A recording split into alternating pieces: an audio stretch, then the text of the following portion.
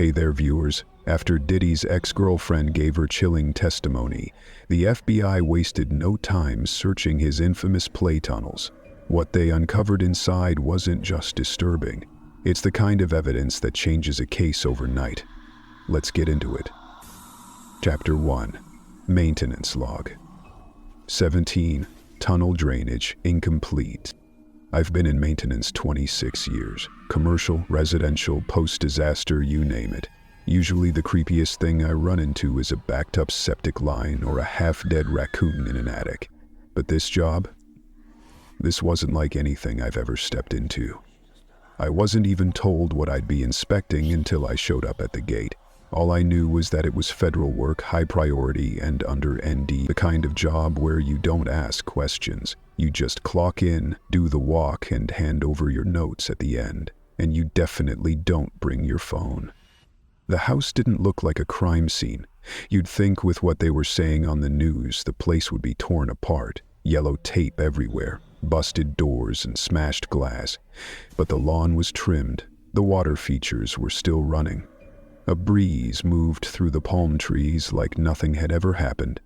The only giveaway was the black SUV parked at the edge of the long, curved driveway. Engine off, windows tinted so dark you couldn't see a thing, and I nodded to the agent posted at the door. He didn't say a word, just handed me a white laminated badge and told me to follow the path past the grotto. It started like any other Hollywood property inspection.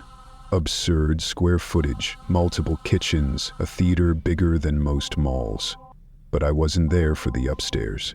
They brought me around the back, past the pool. That's where I saw it for the first time. The tunnel entrance. Not a basement, not a storm drain. A tunnel. Covered in fake vines, styled like something out of a kid's playhouse. Bright plastic moldings shaped like coral and cartoon fish wrapped around a descending slide that disappeared into the ground. "This where I'm supposed to go?" I asked. The agent nodded and handed me a small handheld sensor. Thermal inconsistencies, drainage not reaching the lower containment zone, don't take photos, don't bring anything back up. You flag anything unusual and log it for Tier 3. That's it. I didn't ask what Tier 3 meant. I just adjusted my headlamp and stepped onto the slide. It looked silly, like something you'd find at Chuck E. Cheese. But the moment my foot hit the surface, it gave a groan like an old bone. The plastic was warped, dried residue flaked off. It hadn't been cleaned in a long time. Sat and let gravity take me. The descent was longer than I expected. 30 seconds, maybe more. The air got colder. The light behind me disappeared, swallowed by the curve. Then I landed, feet first, on a padded mat. The room around me smelled like mildew and something else. Something sterile, like bleach and rubber. It was a chamber. That's the only word I can use. Not a basement, not a playroom. A chamber, circular, no windows, and the walls, they were soft.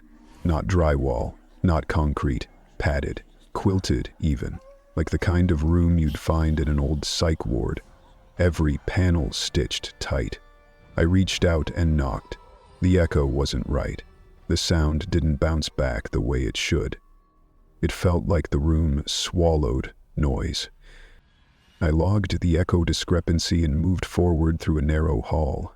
There were lights, dim red ones, in the ceiling, casting everything in this constant dusk. The first thing I noticed were the scuff marks. Near the bottom of the walls, tiny shoe prints. Kids' shoes. Not just one or two, dozens.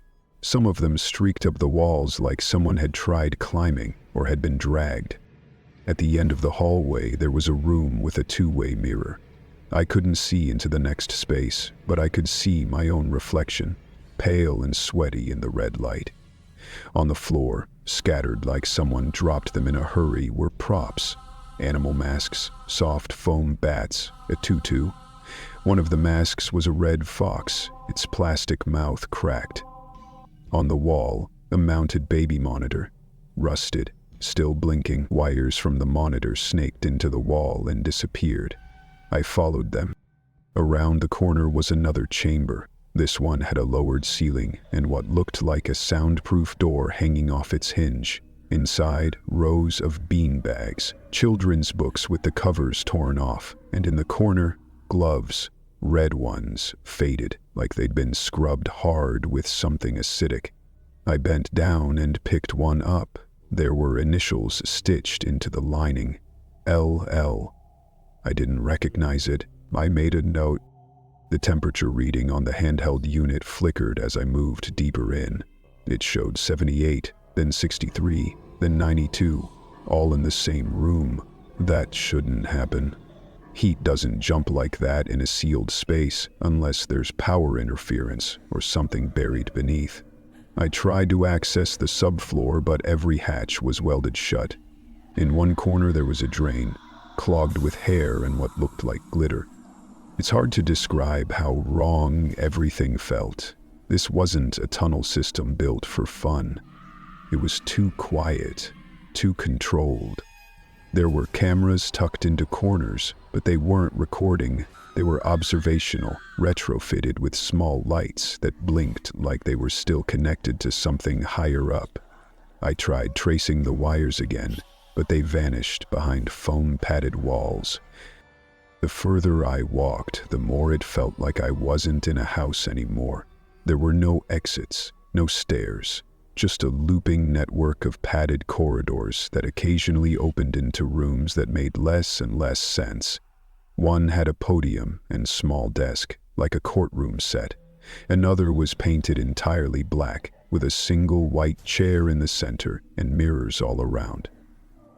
In that room, I found something else. A sketchbook. He was sitting on the chair, open to a page halfway through. The drawing showed a tunnel. This tunnel. But in the drawing, there were people in the corners, drawn as dark smudges with no faces. A line was scrawled underneath. This is where the forgetting starts. I closed it, set it down, and backed out. My job wasn't to interpret. It was to log. I passed 2 more rooms, both empty. The last room I found had lights that flickered constantly. The smell in there was worse, like spoiled perfume and blood. I didn't stay long, just long enough to see the word session painted in block letters across the wall, like someone had labeled the room for a film shoot. When I finally made it back to the slide room, I noticed something I hadn't seen before. A second tunnel, smaller, half the height, pitched at an angle and covered with a panel labeled "Play Rehears Only." It was locked. I knocked once. No echo, no sound at all. By the time I surfaced, it was dark outside. The same agent was waiting. He didn't ask questions, just took the scanner, my notes, and the badge. He flipped through my report quickly, pausing only at the part about the gloves. "This Lex," he read out loud. "Noted. You gonna tell me what this place was?" I asked. He shook his head. "Wasn't for kids," I muttered. He looked up at me, still stone-faced. "No," I said again, louder this time. "This wasn't for kids. It was for memory rehearsal." He didn't respond, just turned away and walked back to the SUV. I stood there for a long time after that, looking at the tunnel entrance behind me. The lights were off now, but I swear I could still hear something like a metronome, faint, distant, but steady. Like something was still counting time underneath all that padded silence. Chapter 2. She said no. He said record it.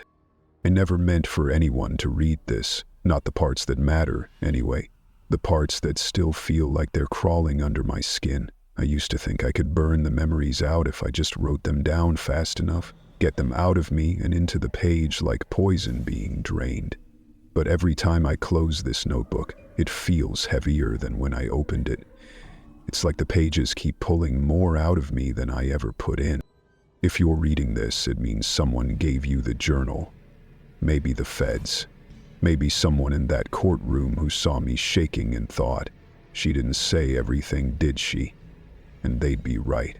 I didn't. Because the truth didn't fit in those clean little yes or no boxes they wanted. It wasn't just assault. It wasn't just coercion. What happened down there, it was scripted. I was 19 when I met him.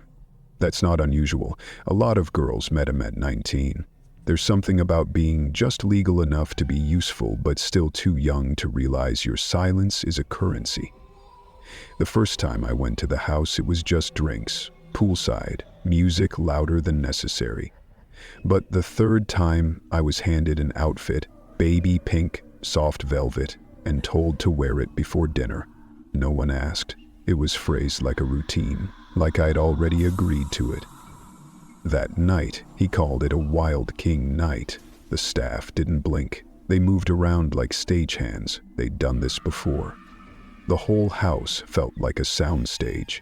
People entered on cue. Lights dimmed at the same time every night. Music faded in like someone was manning a mixing board behind a curtain.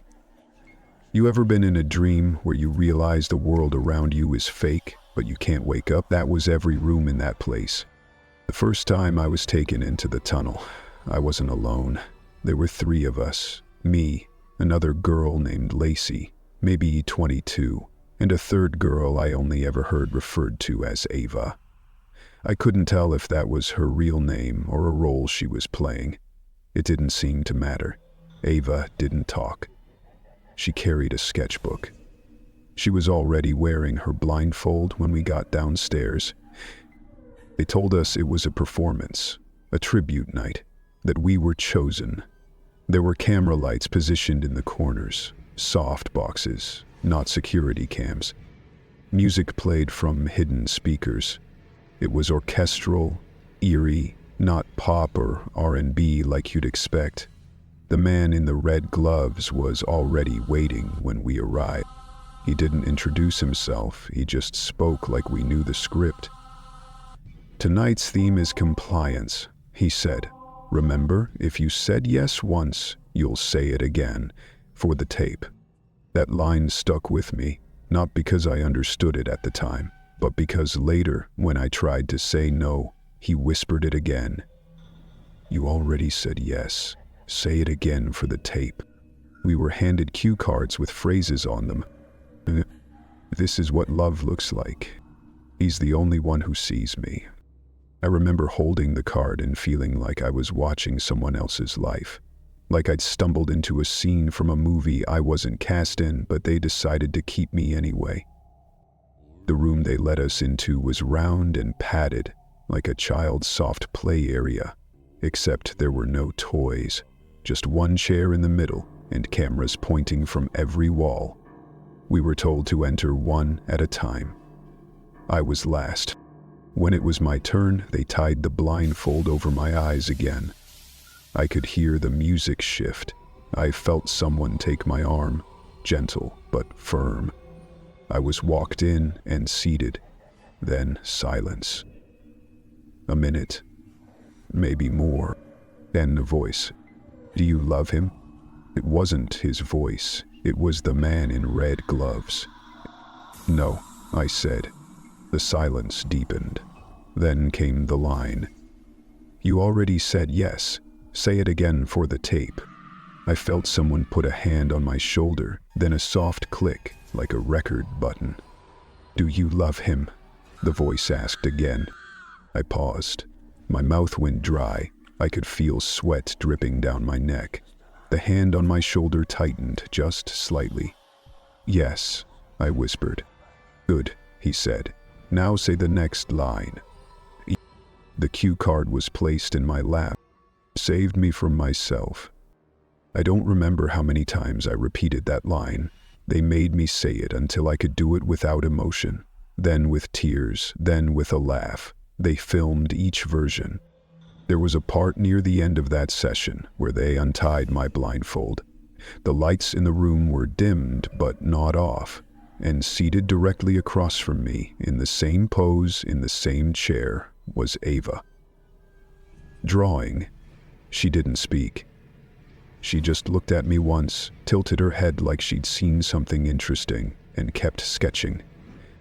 Later that night, upstairs, he told me I'd done well, that the footage was beautiful, that I had a natural arc.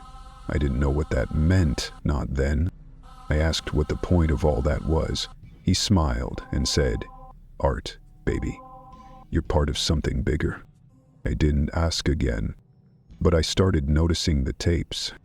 There were shelves in one of the guest rooms, disguised behind a false bookcase. I opened it by accident once, looking for towels. Inside were rows and rows of tapes, all labeled, all dated, all titled. Cycle 2, Fall Rehearsal. Session 5, AVA format. Playback.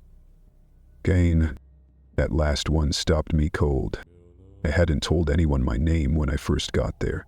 I hadn't signed anything, but there it was, in handwriting I recognized. His.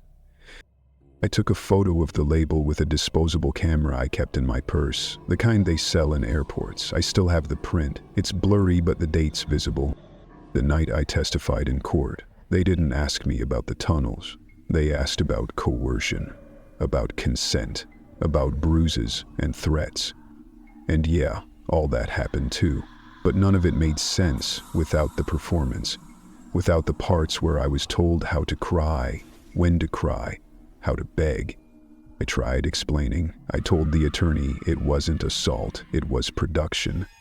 She looked at me like I was crazy. But if you saw what I saw, those rooms, those scripts, the way the man in red gloves whispered lines like a director in a horror film, you'd know. This wasn't just about control, it was about filming control, turning suffering into set design, turning memory into media. You know what the worst part is? Sometimes I catch myself repeating the lines. Alone, in bed, while brushing my teeth. Words I haven't said in years slip out of my mouth like they never left. Like I never left. And grateful is the only one who sees me. This is what love looks like. No, it isn't. But someone made it look that way, and they recorded it. Chapter 3. The Echo Technician. I wasn't there for the raid. I didn't see the tunnels or the rooms or the sketchbooks they keep talking about. I didn't testify. I don't know any of the victims' names. I was just the one they called when the files wouldn't play right. Government systems don't like corrupted media.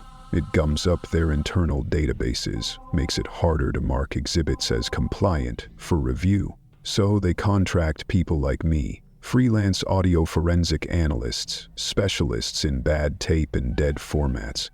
Most of the time it's boring. Body cams with wire damage, bootleg recordings from wire mics that nobody labeled properly, old VHS rips from basement raids. But this one was different from the beginning.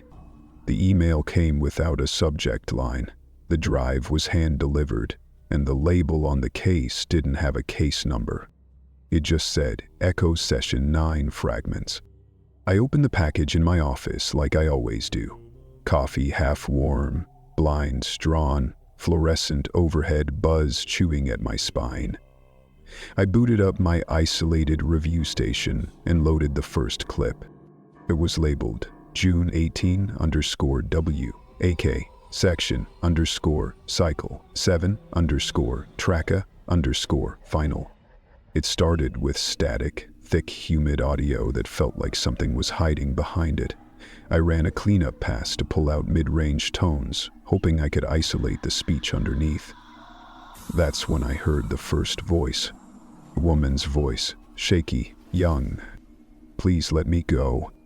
That's all she said, but the way she said it, it wasn't the begging kind. It was flat, tired, like she'd said it too many times before. Then, layered behind her, almost like it was coming from the same room but from a different speaker, was the sound of children laughing. Not cheerful, playful laughter. This was slower, repetitive, like a loop. At first I thought it was a glitch, maybe a bad sample stitched into the audio, but it didn't repeat exactly the same way each time. There were pauses, slight variations. like real kids, or like a recording trying very hard to sound real. I checked the waveform again. Nothing in the metadata suggested edits, but then I heard a man's voice cut in, low, close to the mic, clear as day. "She's just warming up." I froze. There was no indication of who he was, but it wasn't some casual line. It wasn't tossed off or muffled. It was like he knew the mic was on, like it was meant to be captured.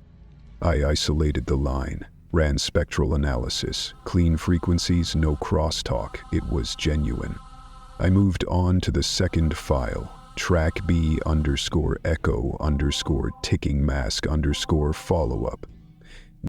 No voices for the first 10 seconds, just the faint sound of something ticking, like a metronome, evenly spaced, low click, no echo trail, but then the clicking doubled, layered over itself like an imperfect tape splice.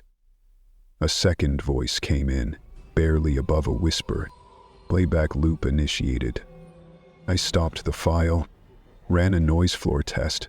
The whisper was embedded into the signal's low frequency range, almost like it was hiding between the bass pulses. That's not normal. Even bad encoding doesn't bury data like that. I opened the visual spectrum analyzer. The clicks formed a pattern. 6 clicks, pause, 3 clicks, pause, 6 again. It wasn't rhythmic, it was intentional. I sat back and rubbed my eyes. Maybe I was tired, maybe I was just reading too much into it. I played it again. 6, pause, 3, pause, 6. But this time, the whisper started earlier. It overlapped with the clicking like it knew I was trying to isolate it. Playback loop initiated. Over and over. That's when I heard the third file activate itself. Didn't click anything. The interface glitched for a split second, and tracked _fragment _unmarked began to play. This one was different. No voices at first, just breathing, not loud, but steady, male, calm. Then the metronome again, slower now. Then something strange. The breathing wasn't matched to the mic placement. It wasn't in the room. It was behind me. I turned around. Empty room, of course. I paused the track. The breathing stopped. Pressed play again. There it was. Soft, deliberate, behind my right shoulder. I checked my headset, tried switching speakers, ran a diagnostic. The audio feed was clean. No rear channels, no 3D panning. Still, it felt like someone was in the room with me, watching. I started logging anomalies, but every time I wrote something down, the drive reloaded the file on its own. 4 times, always the same segment, always ending with that breath, until finally, in the far background of the loop, another voice, buried deep, whispered. She wasn't the victim, she was the set. I stared at the waveform. The voice was faint, barely a ripple on the spectrum, but it was there. It was always there. Even when I scrubbed backward, the voice appeared at different timestamps. She wasn't the victim, she was the set. I didn't know what it meant, but the phrase started repeating in my head long after I unplugged the drive. Even as I packed up for the day, even in the elevator heading out, it kept going, like my brain was stuck in playback mode. That night, I heard the clicking again. Not in my headphones, in my apartment. Tick, tick, like a metronome on the far side of the wall. I checked every clock, every appliance, nothing. The sound wasn't even in the room, it was in me. I'd lie in bed and it would be inside my left ear, perfectly spaced, just like the file. 6 clicks, pause, 3, pause, 6. I tried going back to my old files, thinking maybe if I ran something familiar, I could override it. But every waveform looked different now. It was like the visual patterns had changed to match the clicking. Even my calibration file, a 30-second tone I used to baseline speakers, showed interference. A shape, not a glitch. A spiral. I was 2 days into reviewing the last set of fragments when it happened. I isolated the background channel. I wanted to see what was underneath the laugh track they used so often. I opened it up, stretched the waveform, cleared the white noise, and boosted the signal. And I heard breathing. Not the girl, not the man. This was my own. Matched perfectly to the tempo. In and out, timed with the metronome.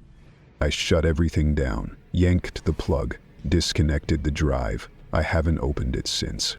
But sometimes, when I'm just sitting alone, not even working, just thinking, I swear I can hear it again. Not from a speaker, not from outside, from inside me. Tick, tick, tick. Liberated. She wasn't the victim, she was the set. Chapter 4, Wild King Nights, Inventory Dossier.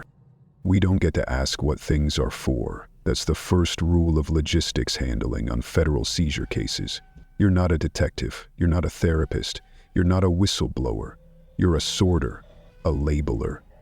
You take objects and catalog them, serial number, condition, origin if known, and which tier of storage they go into. Tier 1 means public-facing. Tier 5 means don't even whisper about it in the elevator. But Tier 7 is the kind of evidence that makes people quit without giving notice. The crates arrived just after sunrise. 5 of them, wheeled in under sealed wrap, each marked in thick black Sharpie with a different code. Play, performance, private, cycle 7, and WKN. An abbreviation I'd come to recognize from the tunnel inspection logs. Wild King Nights. I was the only one on shift for intake that morning. Deliberately, I think. There's always a pattern to how they move this material. Solo handlers, layered silence. No security cameras in evidence rooms, just paper logs and badge scanners. I cut the plastic, unlatched the first container marked Play, and immediately felt the change in the room. These things, they weren't just seized property. They carried a weight, not physical, something else. Inside the crate were props, but not like stage props. These were made with unsettling care. Animal masks, foxes, wolves, bears, all matte latex, slightly oversized, with glossy black eye holes and painted smiles that didn't match the mold lines. One had dried makeup on the inside, a child-sized swing with padded straps, still faintly scented like perfume, not fresh, old, faded, worn into the leather. There was a script too, stapled, labeled WK Protocol, Cycle Rehearsal 5B, each page numbered in red ink, lines assigned to characters with names like Daughter, Host, The Wild King, and Ava. The dialogue made my stomach knot. Do you remember your lines? Daughter, only when I'm watched. Good. The Wild King watches everything. I set the script down, took photos and logged it under psychological performance, category Tier 6 escalation pending, but the further I went, the more the items refused to fit into categories.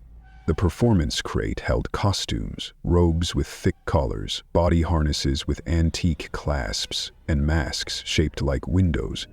There were bottles too. Tall glass cylinders filled with glitter-infused oil, the kind of stuff you see in beauty spas, except these were labeled by name. Ava. The baby oil came in boxes, dozens of them, industrial stock, but all repackaged with pastel labels that said, for curtain prep only. Not a single one had an expiration date. By the time I reached the private crate, my gloves were damp, not from sweat. My hands weren't sweating. I was shaking. The cold had crept up under my jacket. Or maybe it wasn't cold. Maybe it was just the feeling you get when something doesn't want to be looked at. Inside private was a mirror. It was round, small, like the kind you'd place on a makeup desk, but the frame was leather, red, and stitched into the border was a spiral symbol, tight, almost hypnotic, like a fingerprint. folding in on itself.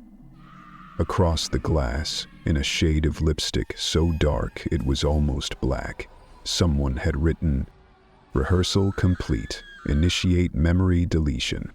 The phrase wasn't smudged. It had been sealed with some kind of fixative spray, meant to last. The drawer below the mirror had a lock, but my access level cleared it. Inside were 3 flash drives, identical in design but labeled with clinical coldness. Trial, in-car, audience cut. No documentation, no content preview index, just the names. I double-bagged them, ran immediate Tier 7 forms, and dropped them into the sealed evidence chute with a note that read, "High protocol encoding suspected. Psychological supervision recommended upon review." Not that they'd listen. People with clearances high enough to watch these things rarely ask for supervision. It was the 4th crate that broke my rhythm. Cycle 7. It didn't contain items but papers, hundreds of them. Files, sketches, photos printed on soft fiber stock with no timestamp, no case IDs. One of the folders was labeled Daughter Unit, Cycle 7. Inside were drawings. Women in padded rooms, some crouched, some standing on chairs, all holding the same thing, a white rabbit plushie with one eye missing. Some were smiling, others had faces that looked drawn over, scribbled out in crayon or scratched off with a nail. One sketch showed a woman pointing directly at the viewer, underneath a line, "Don't call me daughter if you want to sleep tonight." I flipped through faster than I should have. There were architectural diagrams too, layouts of tunnels, chambers, stage lighting placements. Someone had planned this like a theater production. Scene blocks, exit cues, ambient audio timings. I'd seen less detail in Broadway blueprints. At the bottom of the crate was a folder that felt heavier than it looked. I opened it. Empty, except for a single white card. Front side, blank. Back side, handwritten in red ink. Esquivar. No context, no other markings, no file number. I stared at it for a while. I don't know why. Maybe because it felt like the only thing that wasn't pretending to be something else. Everything else in those crates wanted to be theater, stagecraft, illusion. But this was direct, quiet, like a voice in your head you forgot you had. I finished my log 3 hours later, sent it up the chain. I didn't look at the mirror again, or the scripts, or the masks. But that night, as I lay awake in bed, I started to remember the words from that script. Only when I'm watched. I don't know who Ava is, but I haven't stopped looking over my shoulder since. Chapter 5. She wasn't Ava. She was the Q. I've profiled predators before. Cult leaders, serial coercers, psychological manipulators. The ones who don't need weapons to control, just language, just routine.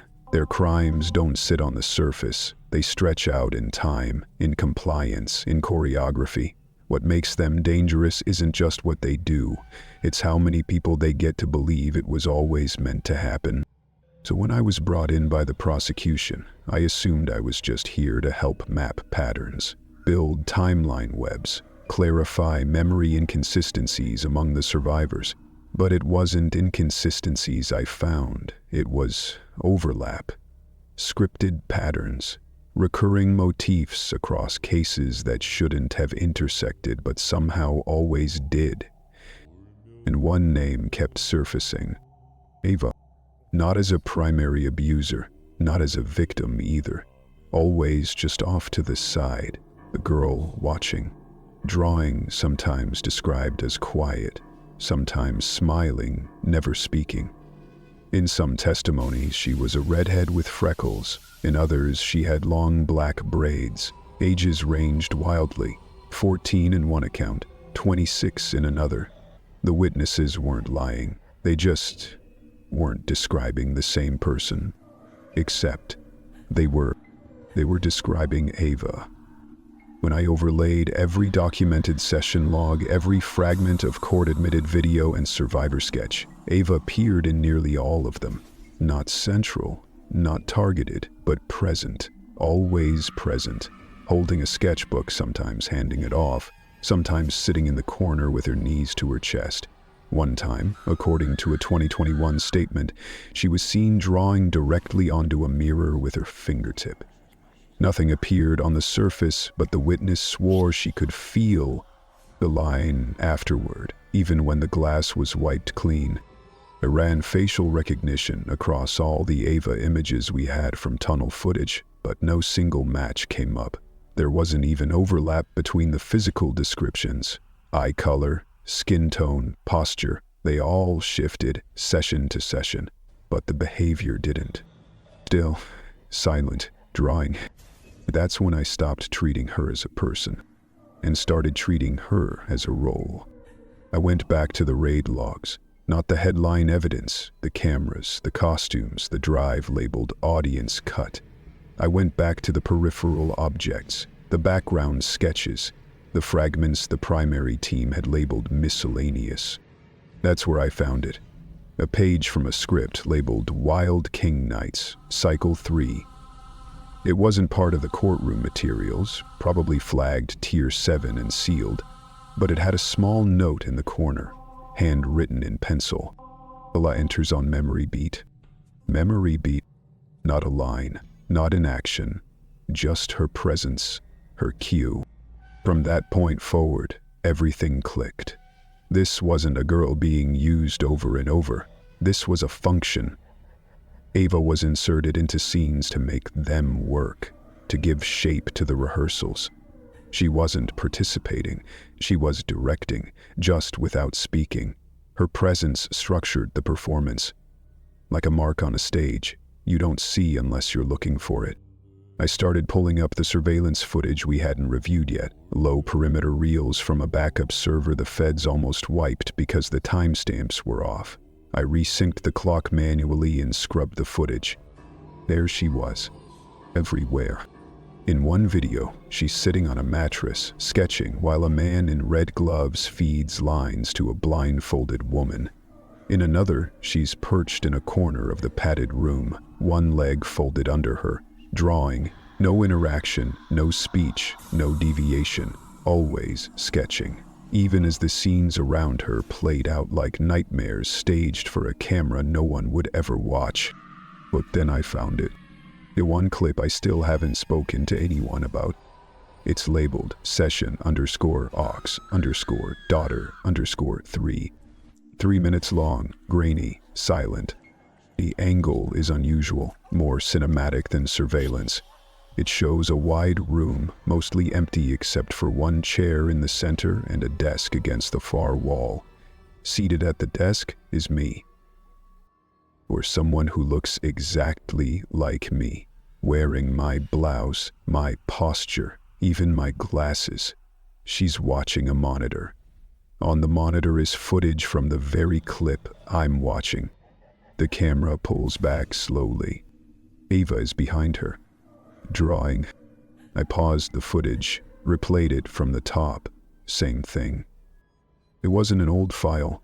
The timestamp is from 3 weeks ago, before I was even assigned to the case. But I know my face.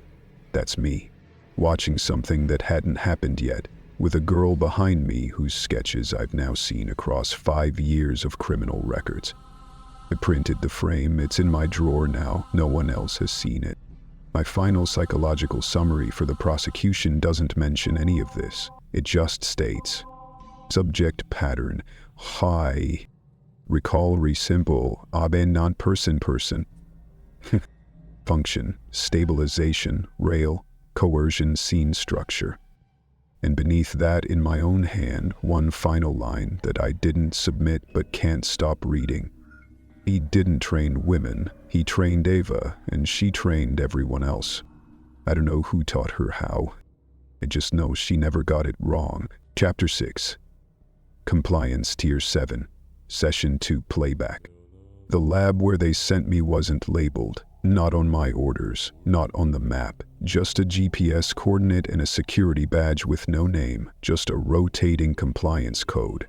You don't get assigned to Tier 7 cases because you're talented. You get assigned because you don't ask questions and your record's clean enough not to trigger internal reviews. I've been working metadata reconstruction for 9 years, military tribunals, redacted diplomatic cases, even some encrypted cartel footage the State Department swore never existed. But this was the first time they asked me not to bring my own keyboard. The drive was already waiting at my station when I arrived. Thick casing, no manufacturer ID, labeled in permanent marker, Tier 7, Session 2, playback. Handle cold. No signature, no origin stamp. The only instruction was on a folded piece of paper taped to the top. Watch only once, then scrub audio floor. The workstation was isolated. Standalone server, no network ports, no peripherals. One camera watching me from the ceiling. Not for safety, for containment. I inserted the drive. No folders appeared. No timestamps, just one application file with an icon shaped like a spiral. When I hovered over it, the name blinked in and out. Echo_reader 7 exec. I launched it. The screen faded to black, then white text. Section 2, accomplished format, memory rehearsal, active. The video opened in a square frame, grainy, slow frame. A woman stood in a padded room under soft white lights. Jane. Her name wasn't listed, but I'd seen her face during the public filings. Her body was still, eyes hollow. She stood perfectly centered, arms loose by her side. Then she began to speak. I forgive the things I chose. I forgive the moments I looked away. I forgive the silence that followed the rehearsal. Each line was spoken with the cadence of someone repeating a well-practiced script, but what unnerved me most was the background. A shadow just behind the camera lens. Someone standing there, mouthing every single word with her. Not directing, not prompting, mirroring. Their lips moved with hers in exact time, like a ventriloquist syncing with a dummy. I fast-forwarded the clip.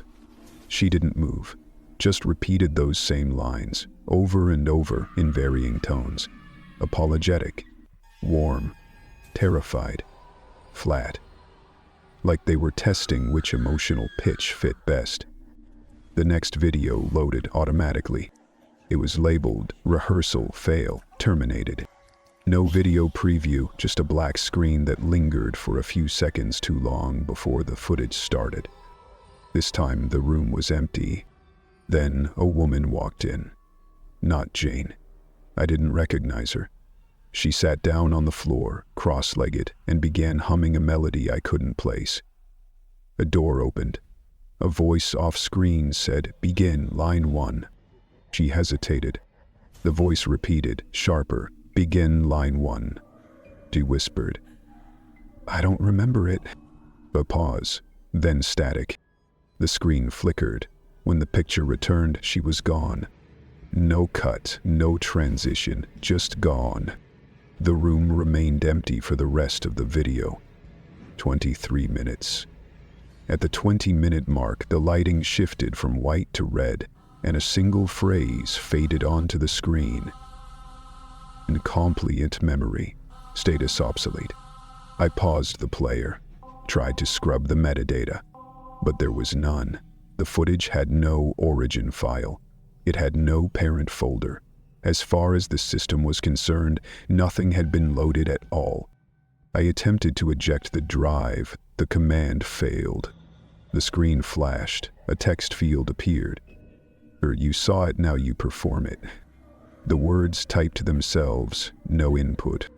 I pulled the keyboard plug. The typing continued.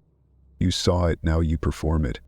Then again, in all caps, you saw it, now you perform it. The screen split into 4 panels, each one showing a different room. Different woman. Same lines. I forgive the things I chose. I forgive the moments I looked away. Forgive the silence that followed the rehearsal. All of them staring at the camera, no emotion, no break in tone. In the bottom right panel, one woman blinked 3 times, then again. I leaned in. It wasn't random.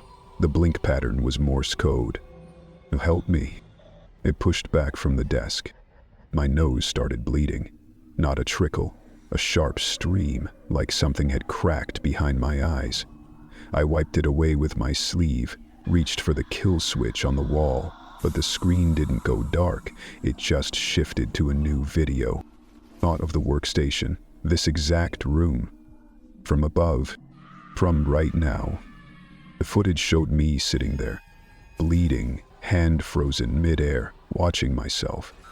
The camera blinked. Just once. And the phrase returned.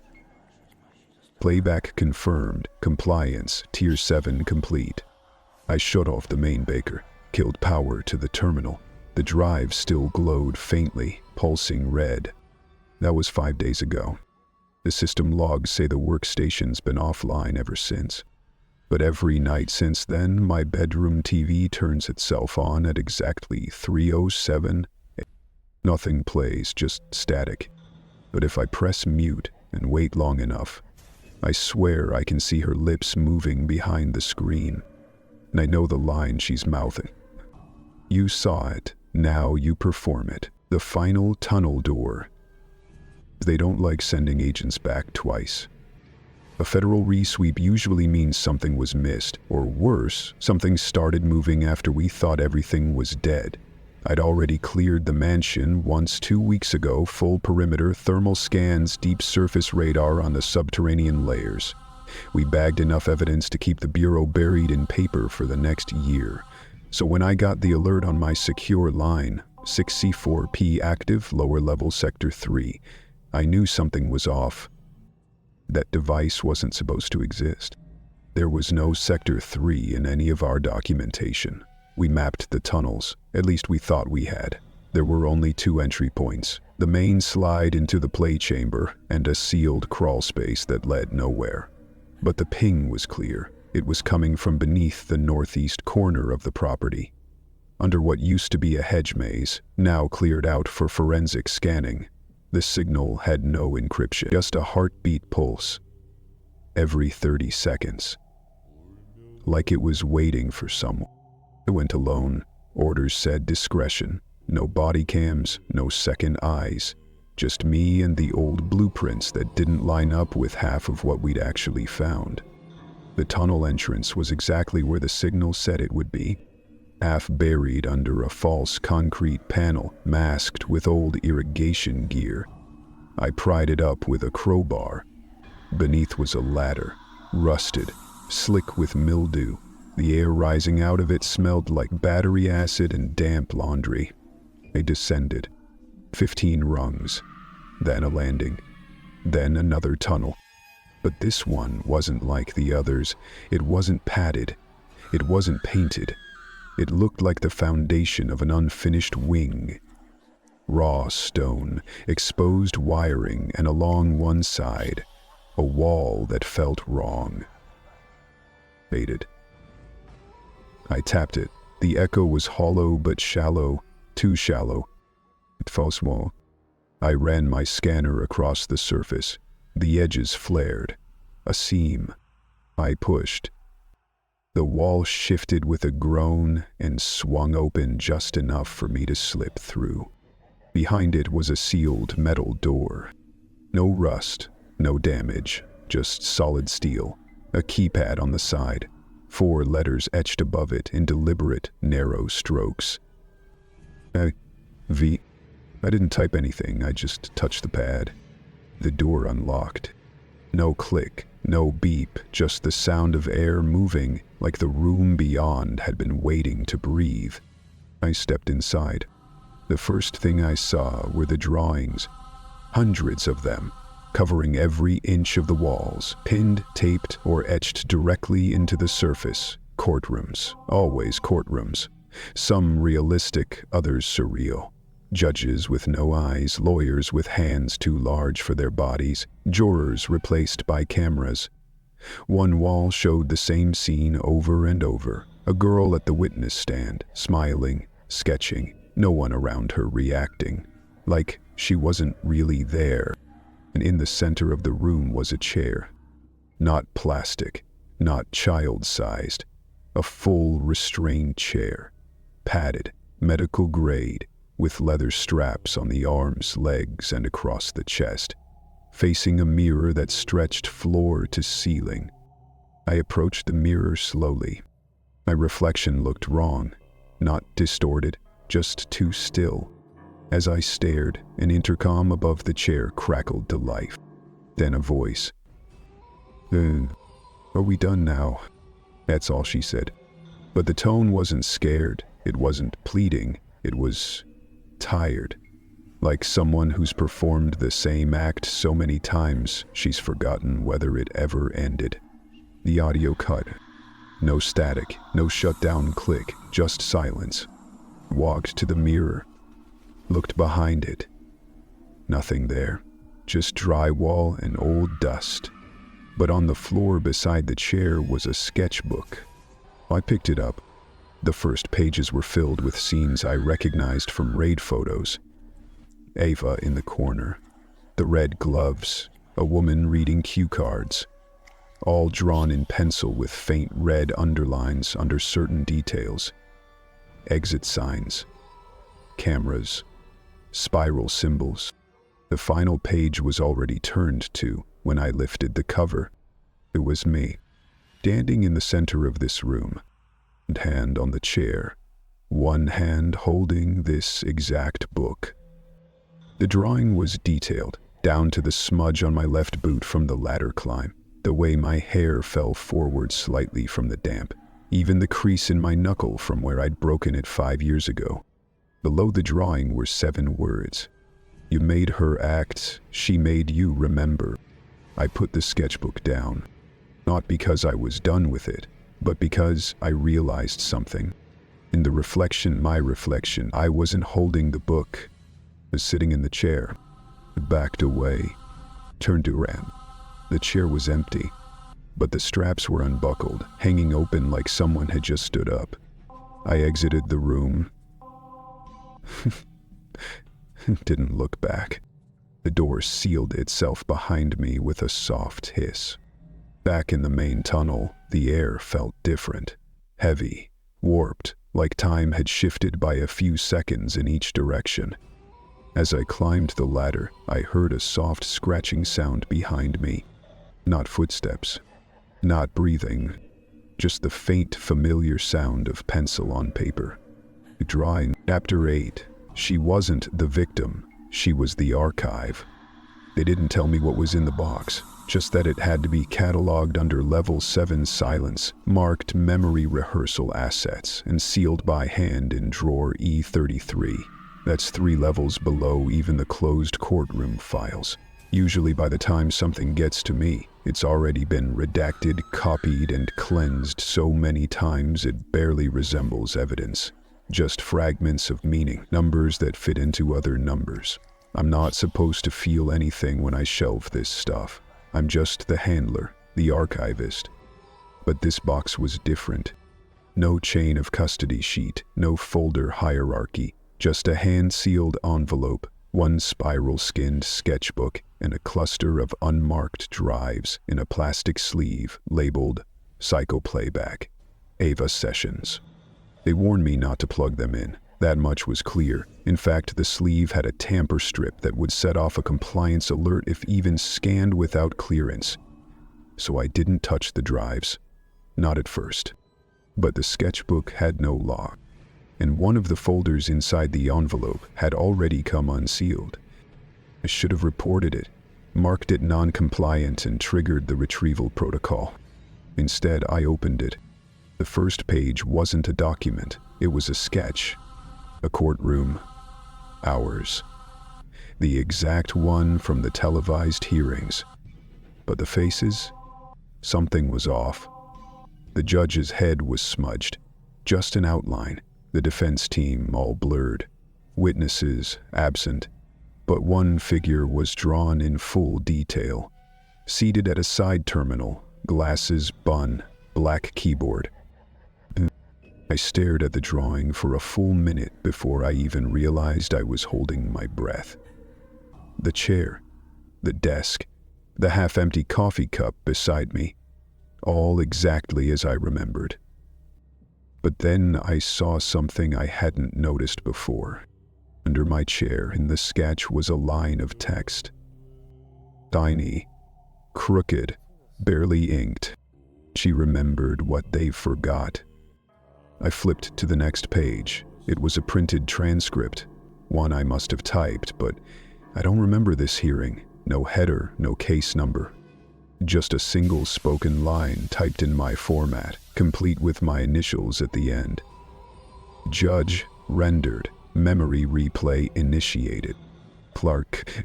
Detailed by GC. That's my clearance code, GC. But I don't remember typing that line, and no verdict ever used that phrase. I turned the page again. Sketches, dozens of them, different angles of the same room. Courtroom perspectives, but the people kept shifting. Same scene, different players, different judges, different lawyers, different defendants. But the girl, the one drawing, she was in every single one, usually in the gallery, sometimes beside the witness stand, sometimes behind me. Gaga. She was never speaking, just drawing, sometimes drawing me. I closed the folder, locked the sketchbook inside the intake drawer. I told myself I'd forget it, but I couldn't stop thinking about that transcript line. I searched the internal record database.